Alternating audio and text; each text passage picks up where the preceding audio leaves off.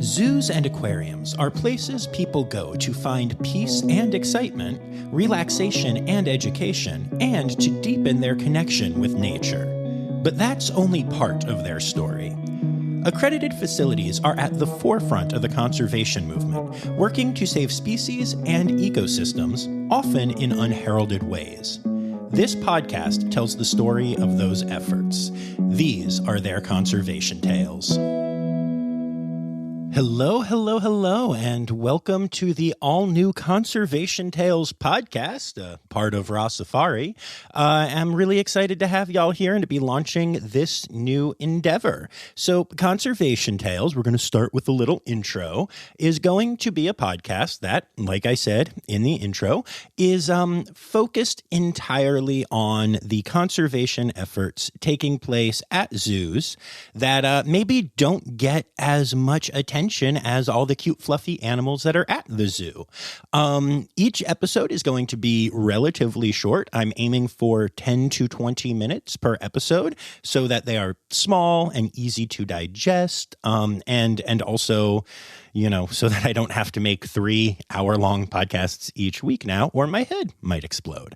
But yeah, I'm hoping that these will be something that y'all love and that, you know, the normal zoo fans and Rossifari fans and everything are big fans of. But I'm also hoping that these will be short and concise enough where if you're dealing with an anti-captivity person and you want to explain the good work being done at zoos and aquariums, then you can rather than say, hey, listen to, you know, these 300-hour-long episodes of this podcast to learn what happens, you can just say, hey, check out this thing. It's 10 minutes, it's 15 minutes of your time, and it'll give you an insight into the amazing work being done at these incredible facilities.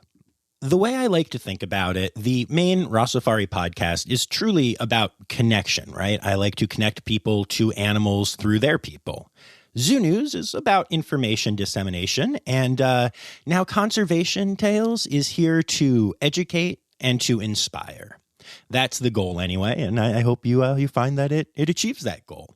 So enough of this intro. I'm going to do this normally every week. We'll start off with just a quick intro into the project that we're talking about, then get right into the interview. So let's do that. Today, we are heading to the Greenville Zoo in Greenville, South Carolina, to talk to Maxene VanDamme, who is going to talk to us about their Quarters for Conservation initiative.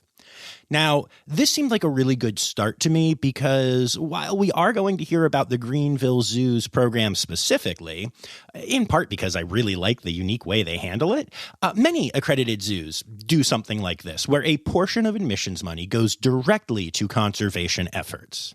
However, that's not always explained super well, and since Greenville has a really unique way to get around that information gap, which you'll hear about in the interview, I wanted to feature it.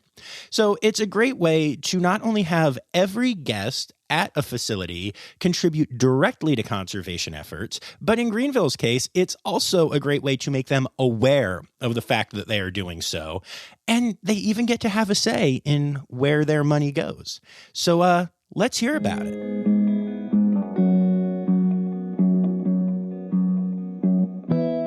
All right, so let's start off. You tell me who you are and where you work. So my name is Maxene VanDamme, and I work at the Greenville Zoo. Cool. Welcome. Why don't you tell me about one of the maybe lesser-known conservation initiatives taking place at the Greenville Zoo? So one of the more lesser known but also successful conservation programs that we have is called Quarters for Conservation. When you purchase a ticket at the zoo, 50 cents of every ticket actually goes directly to our Quarters for Conservation fund. You're also able to round up your purchases in the gift shop to contribute to this same program, which sponsors the Greenville Zoo's grant. So every year we open up a grant. You're able to apply as a new participant or a returning participant. The amount of money that we're able to award varies if you are returning or not.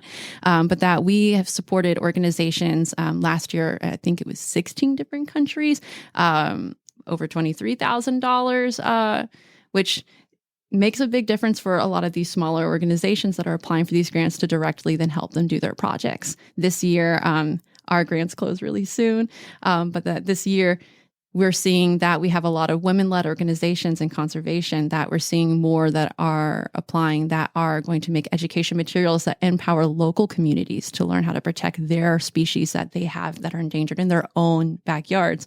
And programs that help do research that then can be used to make changes in policy and in law later on down the line all over the world. So this impact of one conservation program that we have is global and something that people don't often associate when they think of the small zoo in Greenville, South Carolina, having that big of an effect. But we're tiny, but so mighty. That's awesome. And how does it get decided who gets awarded the grants? I get to sit as a participant in this program. And it is mostly our different leaders in different departments of the zoo, but also keepers and other staff can apply to be a part of the review committee. It is a just committee position.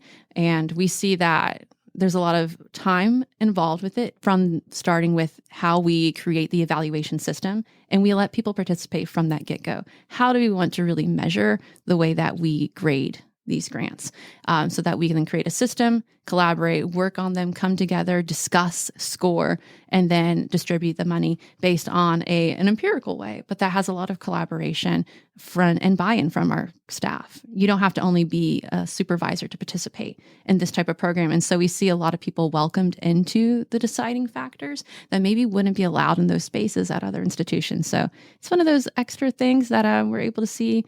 Younger keepers, we're able to see more diversity on our boards too, in our committees. That's really cool. I love that. Does there have to be any tie-in to any of the like species here? Like, do you have to have it, does it have to correlate? We'll do red pandas because we have red pandas, or we'll do lions because we have lions. Or could somebody say wanting to do something with binturong or tree kangaroos out in the wild, get a grant here possibly if it's like obviously a good, project? So you do get an award of 1 extra point if you are associated with an animal that is in our collection. However, that's not the majority of our grants that we have. We see species that, like our pangolin grant from last year, we don't have a pangolin here. Be really cool. But all different species and all different types of projects are funded through this. And so, again, we have a small zoo. We have a small collection, but our impact is bigger than just what we have here. I love that so much. Can you talk about the pangolin, or maybe something else, something that Quarters for Conservation has supported, so that my listeners can have an actual idea of exactly what this money does do in like one instance? So with the pangolin grant that was provided, they were able to build a holding enclosure. They were actually able to then study and do research online. They found a pangolin that was online. And then what? They found a pangolin that was on social media, and were able then to retrieve this animal and then re-release it back into the wild. That's amazing. So that's terrifying, but that's amazing at the same time. And there's a similar project where our Sumatran rabbits, they found them on a selling site online. Oh, God. So it's making a direct impact and reducing animal trafficking. No, I mean, that's really huge. And I love that it has an impact on like I think it's so cool that it's like there is a pangolin in the wild because of what y'all are doing. Again, in Greenville, South Carolina. That's just really, really cool. And those are just some of the projects. Some of them are to fund, like we're making books to distribute to this amount of schools on these species in this yard to increase literacy, but also then help understand about species. So we have different from research grant, education grant, and conservation grant categories. And they're scored slightly differently from each other based on the applicable items, but we're really able to make a bigger impact in ways you wouldn't think of. And some of that's even just, I need to have $300 so that I can put gas in the car to be able to go out into the field for 6 months. And that's what our grant covers for someone, which then actually then helps them to get there. So these can be from big ideas to small ideas. They're all ideas that care about animals, though. How do people find how to apply for grants, and how is that publicized? We do have a social media announcement that happens when our grants are open. There's a link to our website, and there's a wonderful form that's created by someone who painstakingly made sure that it made sense to people of different languages, hopefully, to be able to apply. So we've tried to make it simple. We do ask for a certain amount of recommendations, showing you how you're going to use the budget, making sure that you are a legitimate institution. So there's a lot of work to be put into it, but we do try to make that access open and available to as many people as possible. That's really cool. One final question. What do you think is the role that zoos play in conservation? I think that the role of zoos historically has not been the direction we're going in, and I'm very happy about that.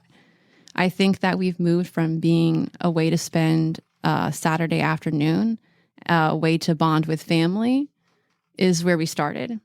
Now we're taking those same connections that we have with zoos and then tying that bond and those experiences to animals and to those connections and taking them one step further. I think the role of zoos is to create experiences where we are inclusive to species around the world.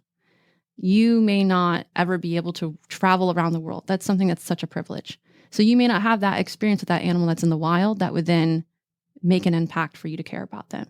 We're just bringing the world to other people, or bringing your backyard to other people in a new light, so that we can really then take that next step. We have to connect. We have to then fall in love with these animals, and then we have to protect them. So that is the role that I think that zoos do play. It can't just be where we are holding an animal just to present it as an individual for just that individual's sake. There has to be that next part of the message, which is why. And that role is to answer the why. I love that. Awesome. Well, thank you so much for taking the time to do this and for sharing about quarters for conservation, even though it should be really called 50-cent pieces for conservation. But that just doesn't roll off the tongue as well. So we'll allow it. Thank you.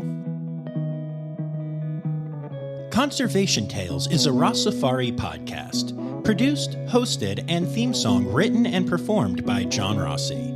Fact-checking and editing by John and Dr. Zoe Rossi. Please make sure you hit subscribe and follow along on social media at Rossifari and at RossiFariPod on TikTok. Now, stop listening to me and go visit a zoo or aquarium.